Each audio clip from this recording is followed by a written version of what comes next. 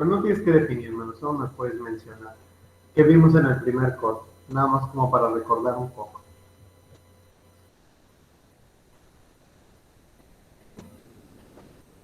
Vimos los principios de la evolución, donde está la selección natural, la selección estabilizadora. Vimos ¿cómo se le llaman esos? Los niveles de organización Los niveles de donde está el átomo, la población, los ecosistemas.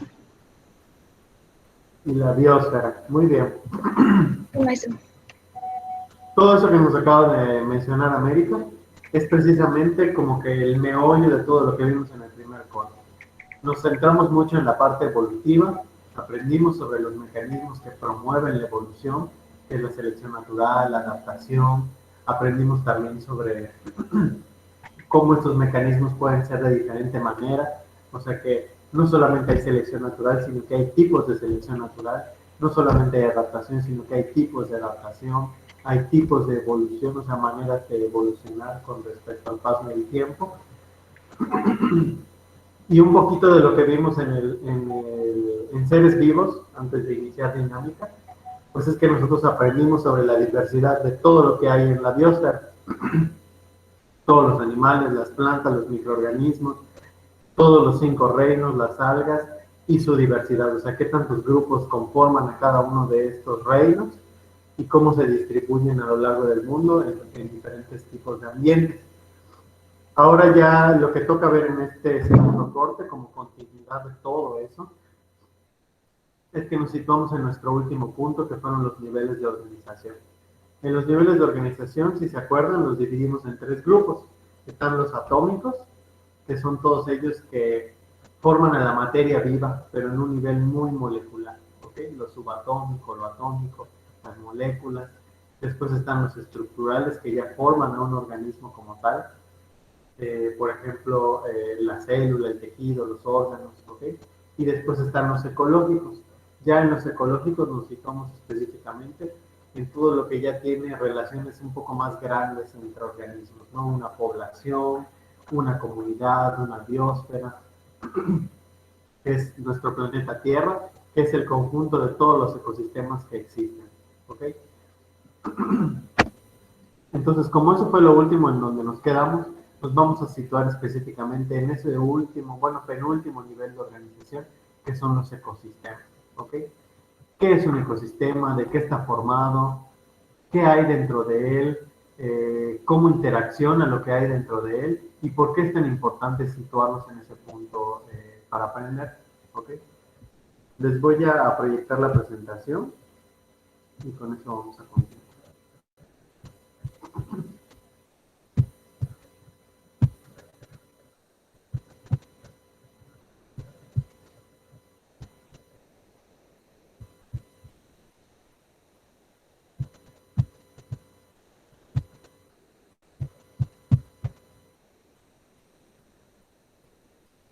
Muy bien.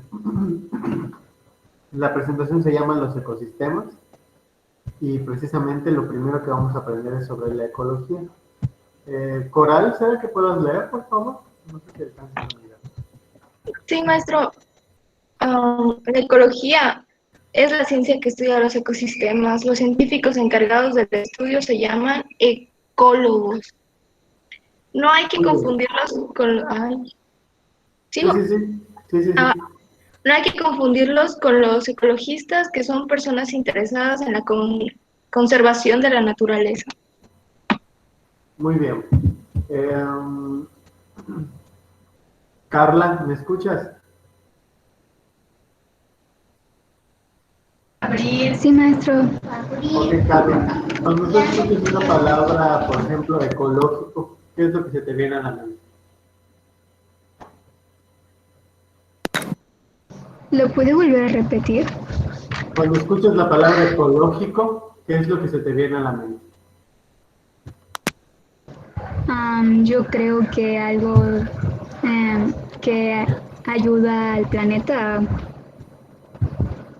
a sobrevivir o algo así. Ok, está bien. Eso puede ser una opción. ¿Alguien más me quiere decir qué se le viene a la mente cuando escucha esa palabra de ecológico?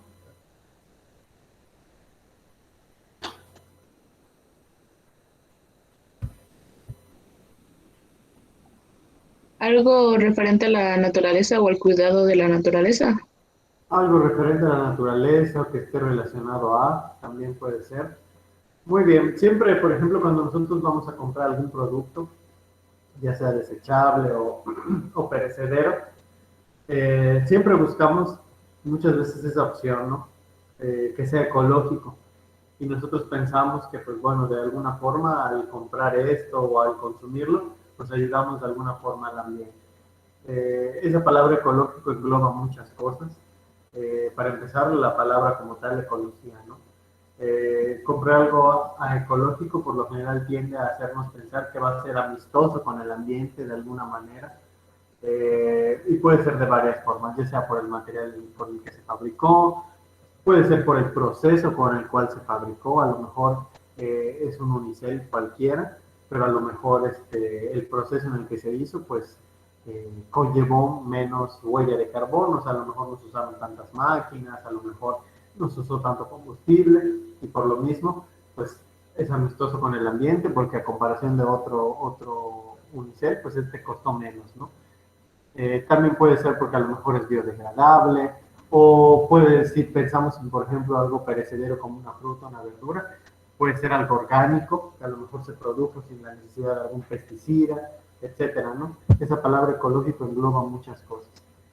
Pero al final de cuentas proviene de una palabra más grande que es ecología. Ecología tiene diferentes definiciones dependiendo del contexto en el que lo veamos.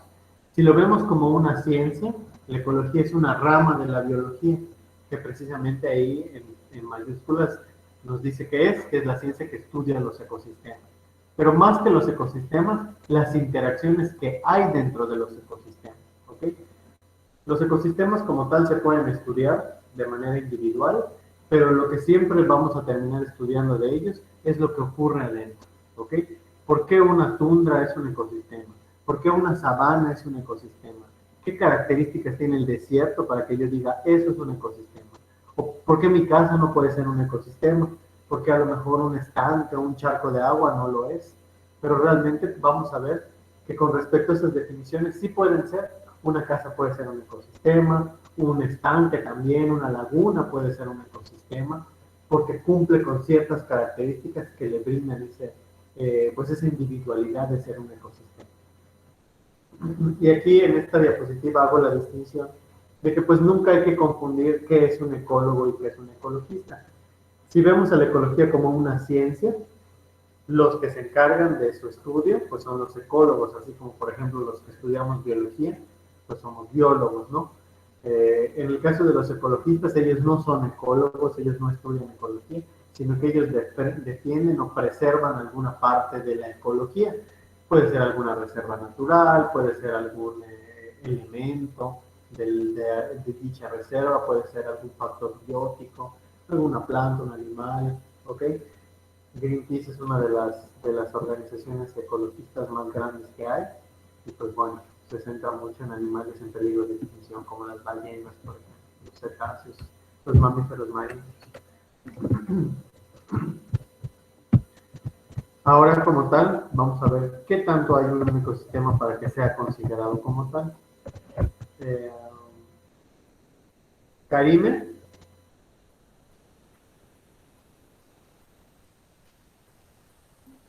Sí, maestro.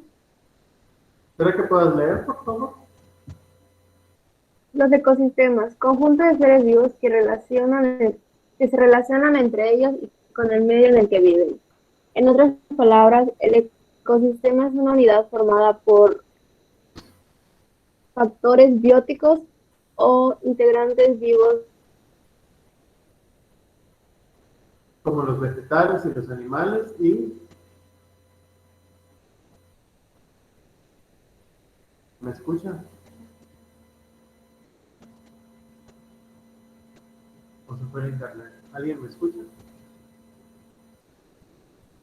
Sí, profe. Sí, maestro. Sí, maestro.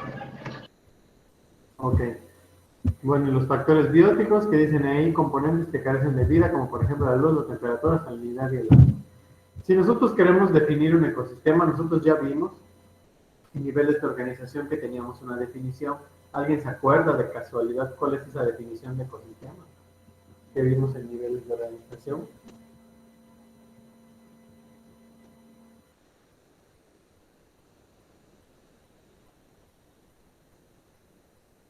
Es un conjunto de qué los ecosistemas.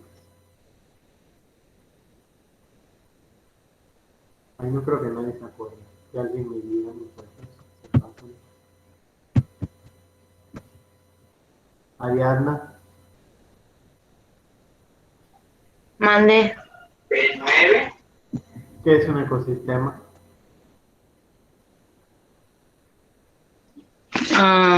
Bueno, de acuerdo a lo que yo sé, porque no recuerdo, no tengo anotada la definición. Un ecosistema es un conjunto de, por ejemplo, donde habitan varios animales. También están, por ejemplo, animales como un bosque forman parte de un ecosistema porque existen varios animales que se alimentan de diferentes maneras y viven de diferentes maneras. Algo así. Con la definición de niveles de organización vimos que los ecosistemas, y eso es muy fácil de recordar, solo hay que recordar qué nivel va antes de ecosistema, y esa es la definición. Un ecosistema es un conjunto de comunidades, y las comunidades son conjuntos de poblaciones diferentes. Entonces, todas las comunidades que viven dentro de un ecosistema lo conforman como tal. Principalmente se refieren a lo biótico, porque las comunidades están formadas de cosas vivas. Puede ser las plantas, los animales o los microorganismos. ¿Ok? También nos menciona él que los ecosistemas tienen otro factor que necesita estar sí o sí para que se cumpla la condición de ser un ecosistema, que son los factores abióticos, que son, entre paréntesis, si ustedes lo quieren definir, como aquellos factores que no son vivos, pero que son importantes para el desarrollo del ecosistema, como por ejemplo la luz solar, la temperatura, la salinidad, el potencial de hidrógeno del agua, todas esas características que aunque no podemos ver a simple vista, sabemos que existen y sabemos que le dan una característica a ese ecosistema. Si nosotros pensamos, por ejemplo, en una tundra, ¿qué factores abióticos pueden ser determinantes dentro de la tundra? ¿Quién me dice? Tomando en cuenta que la tundra es un clima ártico, ¿cuáles podrían ser esos factores abióticos diferentes que lo hacen ser un ecosistema ártico? ¿Quién se lo ocurre? ¿O alguien que quiera participar?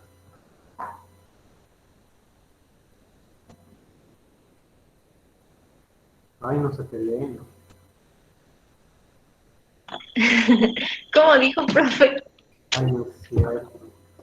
Dejen el celular un momento, muchachos, son 50. Es que se corta Es que, el profe, audio. se cortó y habló rápido. Ok. Les mencionaba que los ecosistemas tienen estos dos factores que son necesarios para que sean considerados como un ecosistema, que son los factores bióticos y los abióticos. Se les llama bióticos porque son vivos y los abióticos es lo no vivo, ¿ok? Si nosotros pensamos en esos factores abióticos y nos situamos en un ecosistema como por ejemplo la tundra, ¿qué características tiene una tundra que tú dices, bueno, esto es un ecosistema ártico porque sus factores abióticos son así, así y así? ¿Cómo podrían ser esos factores abióticos? Compárenlo con otro ecosistema, por ejemplo, con una playa, con una costa. Yo. A ver, ¿Puedo? sí, claro. Por ejemplo, la tundra, como usted dice, profe, pues es un ecosistema pues que es muy frío y pues con vientos diferentes a los de una playa, ¿no? Porque pues en la tundra un viento pues es obviamente frío y en la playa pues es como más, como Más de, cálido, más cálido, exacto. más Y cálido, pues más sí, soleado. Y sabemos que en los dos hay aire, es, ujú, pero las es como masas de dos aire son diferentes diferentes. porque, Ajá. ajá.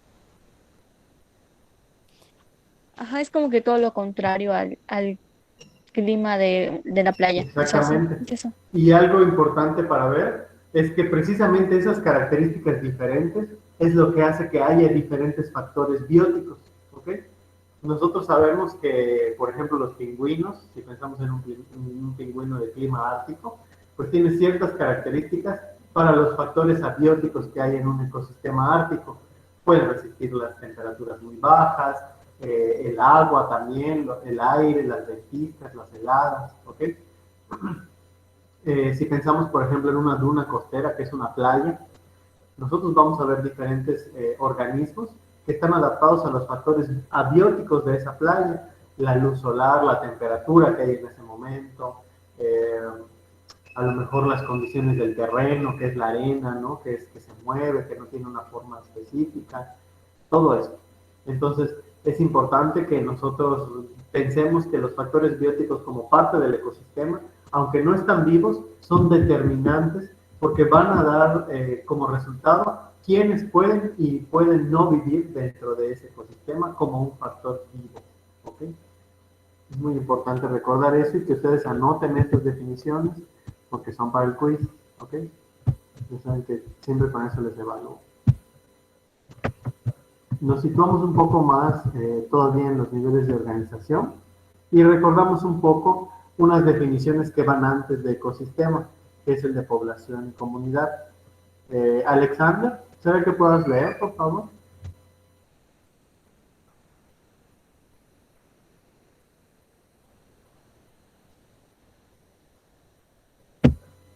Alexander.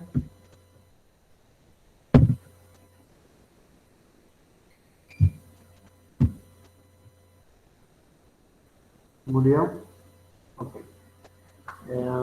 ¿Alguien que quiera leer? Yo, profe, Ok. Entre los ecosistemas, factores bióticos, entre los seres vivos de un ecosistema pueden establecerse diferentes niveles de organización, población, seres de la misma especie que forman parte de un ecosistema y que se reproducen entre ellos. Por ejemplo, población de malvasía, Malvasia. cabeciblanca, que viven en el ecosistema de la Laguna de la Vega. Comunidad, biocenosis, conjunto de poblaciones de seres vivos que habitan en un ecosistema. Por ejemplo, la comunidad que forman las poblaciones de malvasía, cabeciblanca, zampullín, cuellinegro, tafinia, pulga de agua, culebra de agua, libélulas, algas y carrizo. Ok, todos esos nombres extraños son nombres españoles, por eso tienen así zampullín, malvasia, ¿no? Nosotros aquí en América Latina les llamamos diferente a esos animales, pero son aves acuáticas, ahorita los vamos a ver. Entonces les puse esto porque, por ejemplo, nosotros vemos que un ecosistema no necesariamente son esos ecosistemas grandes que nos pintan un bosque, una selva, una tundra, la taiga, el desierto, la sabana. Sí, esos son ecosistemas grandes, si ustedes lo quieren ver, pero muchas veces hay cosas que son muy pequeñas, muy cerradas, pero que también pueden ser un ecosistema por las características que están ahí adentro. Un ejemplo clásico que les puedo dar es, por ejemplo, un parque hundido. No sé si alguien viva cerca de un parque hundido o haya visitado alguno, pero esos son un ejemplo de ecosistemas. Ustedes dirán, bueno, no es una selva, no es un bosque, no es un desierto, pero cumple con todas las características de un ecosistema. Tiene factores bióticos, porque hay cosas vivas, a veces hay plantas acuáticas, hay seres acuáticos, hay microorganismos dentro de esa agua, hay plantas alrededor, hay insectos, muchas veces hay mamíferos, hay aves, y todo está dentro de ese pequeño lugar cerrado, ¿ok? Es un estanque, al final de cuentas, pero pues es un ecosistema como tal. Tiene poblaciones, por ejemplo, la población de peces, de aves, de artrópodos y las diferentes comunidades que lo conforman, ¿no? O sea, que es el grupo de poblaciones que están interactuando dentro de ese pequeño espacio geográfico, si ustedes lo quieren ver, ¿ok? Ahí nos definen qué es una población, que son conjuntos de organismos de la misma especie, y una biocenosis, que son poblaciones de seres vivos, o que es precisamente ese conjunto de poblaciones, pero dentro de una misma área que es ese ecosistema, ¿ok? Ahí lo vamos a ver. Aquí en esta diapositiva es el ejemplo, ¿no? Esa es una laguna pequeña, no es muy grande. Y sin embargo, está lleno de todos y cada uno de los factores que conforman un ecosistema. Tiene la parte viva y la parte no viva. La parte no viva, pues a lo mejor no la vemos a simple vista, pero ahí está la luz solar, las corrientes de aire, el clima, la temperatura que hay en ese momento, ¿ok? Las horas del día, qué horas son, si por ejemplo ahí hay más horas de luz, hay menos horas de luz, todo eso es un factor abiótico, que es determinante para lo que crezca dentro de ese ecosistema. Y lo biótico, pues es todo lo vivo, ¿ok? Puede ser desde macroscópico, como una serpiente, una rana, algo acuático, algo semiacuático, puede ser algo vegetal, puede ser algo como un microorganismo, que puede ser un zooplancton microscópico o un fitoplancton, que son plantas microscópicas o algas. Tenemos a bacterias también, tenemos artrópodos como los insectos, los mosquitos y por supuesto diversidad de aves acuáticas, ¿ok? Y todo esto desarrollándose dentro de un mismo lugar, principalmente potenciado por el agua. El agua siempre va a ser uno de los factores abióticos más importantes, porque si hay agua disponible, puede haber todo lo demás. Si hay plantas, ya todo lo demás viene de relleno. Animales, por supuesto, principalmente vertebrados e invertebrados, ¿ok? Entonces, nada más para recordar, y les pongo nuevamente esta diapositiva. Una población son organismos de la misma especie. Si por ejemplo pensamos en un mono que vive en un árbol y a 10 kilómetros vive otro mono, pero están dentro de la misma selva, aunque esos monos jamás se encuentren y no se lleven ni nada, son de la misma especie. Entonces si los ponemos a todos en un conjunto, esos son los monos de esta especie que viven dentro de esta selva. Ahora, eso es una población, pero también está la población de los zorrillos, de las ratas, de las arañas, de los insectos, ¿ok? Que todos ellos viven por separado, pero los podemos organizar por grupos en comunidades, que son conjuntos de esas mismas poblaciones, ¿ok?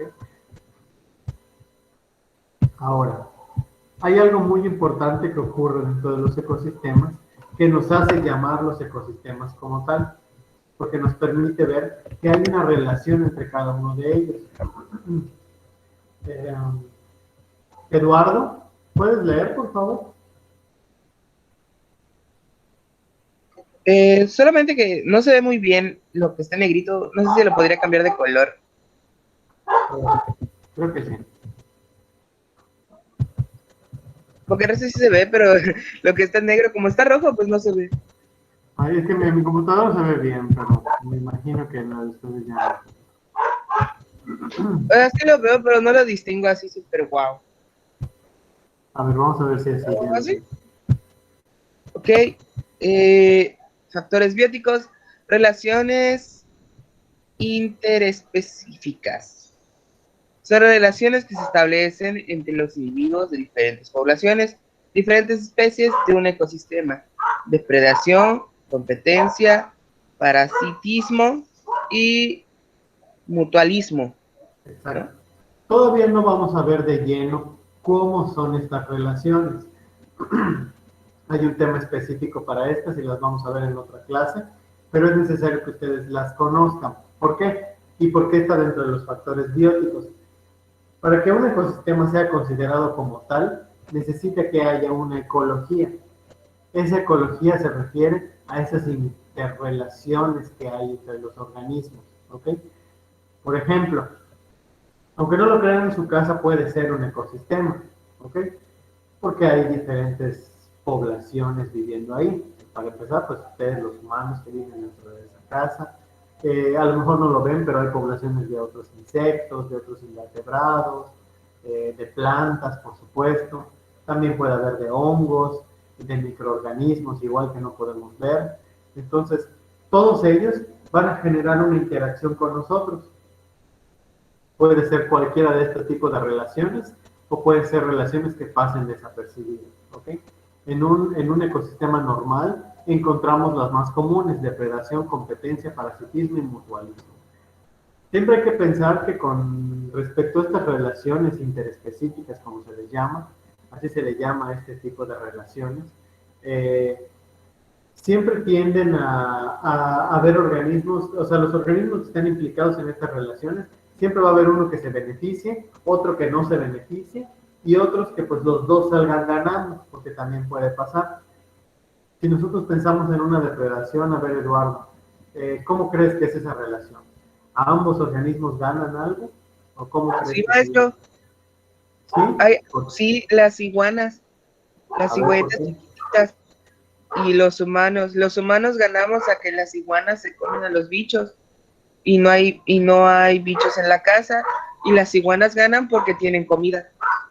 Bueno, pero eso, por ejemplo, ya sería un mutualismo, ¿ok? Pero eso es con respecto al humano y a la iguana, ¿ok? ¿Por qué? Porque el humano pues está dejando vivir en su casa al iguano y el iguano pues está comiendo los insectos, ¿ok? Pero si tú, por ejemplo, lo ves desde el punto de vista de la iguana, entonces ya es una depredación. Y ojo, en una depredación no los dos organismos se benefician. Uno se beneficia y el otro no. ¿Por qué? Porque obviamente el que se va a beneficiar es el que va a depredar, el que va a comer, y el que es comido, pues se va a morir.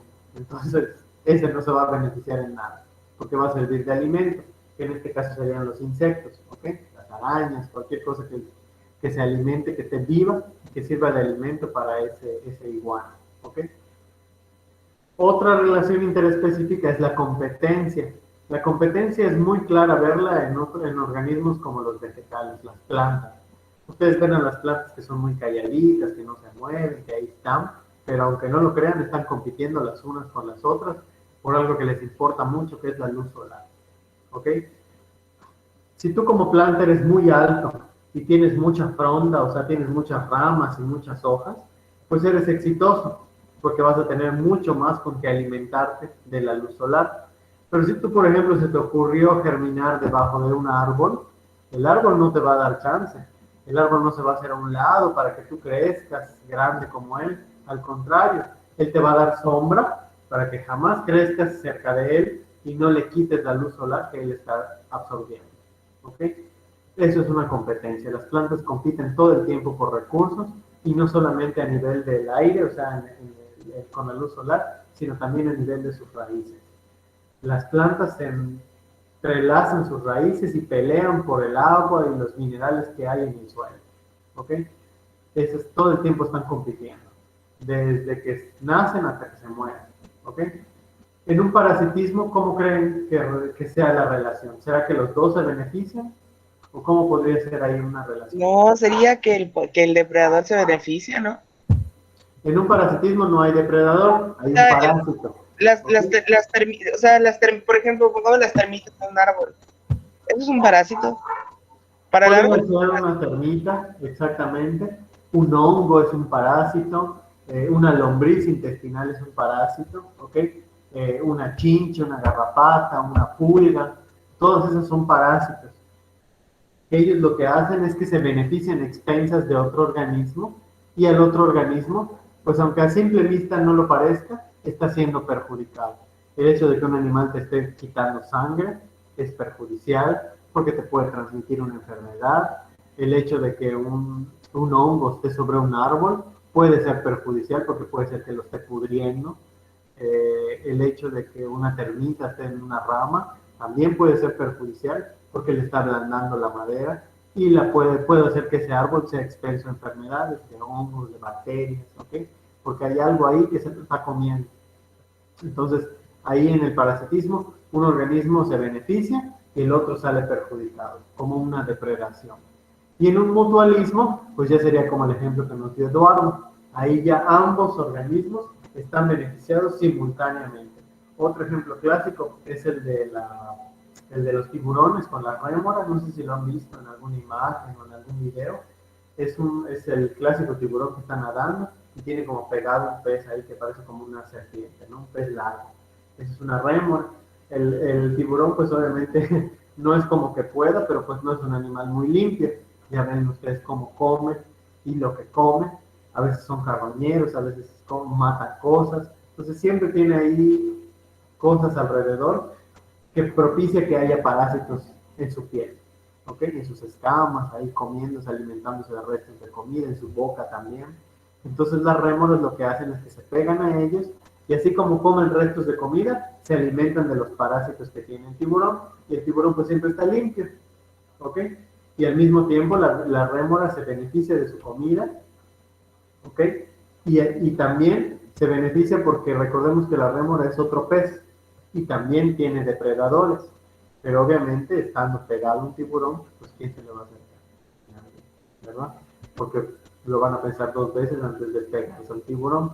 Pues las rémoras siempre son muy inteligentes en ese aspecto porque ganan doble. Tienen alimento y tienen protección.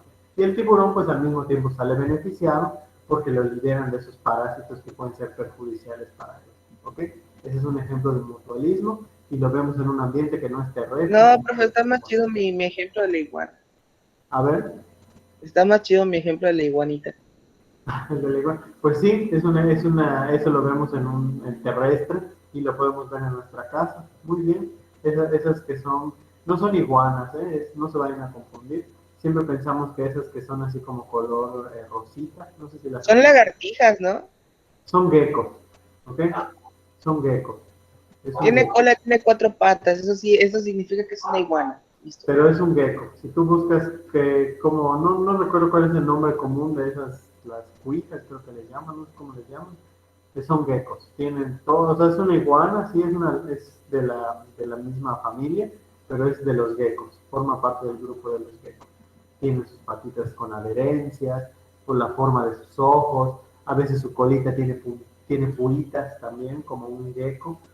Entonces, y son completamente carnívoros, les encantan los insectos, las arañas, los mosquitos, las polillas, todo eso que es molesto para nosotros, a esas lagartijas les encanta. Entonces, es un ejemplo de mutualismo muy bueno, porque pues a nosotros no nos perjudica nada que esté ahí en la pared o que se busque una casita dentro de nuestra casa, y al final de cuentas ella se beneficia pues comiéndose de esos insectos que son indeseables y que de repente aparecen dentro de la casa. ¿Ok? Muy bien. Vamos a dejarlo hasta aquí, porque ya va a ser casi la hora. No sé si alguien tiene alguna duda, muchachos. Yo, maestro, A ver, Alexander. El proyecto igual con usted vamos a hacer adelantos o eso aún. No hay ningún adelanto del proyecto. Lo vamos viendo sobre la marcha. Primero vamos a adelantarnos un poco en el segundo corte y yo les voy a ir diciendo lo que vamos a ir haciendo sobre la marcha. Ok, maestro. Sí. Así que tranquilos con eso. Muy bien. Entonces lo vamos a dejar hasta aquí y continuamos. A ustedes les veo mañana a la misma hora. ¿Ok? Hasta luego, profe. Nos vemos. Que les vaya bien. Que tengan buen día. Buen día. Hasta luego, maestro. Igualmente. Dime, Mayra. Hasta luego. Nos vemos. Adiós, profe. Bye. Adiós, maestro. Buen día. Nos vemos, Eduardo. Nos vemos, maestro. Nos vemos. Adiós.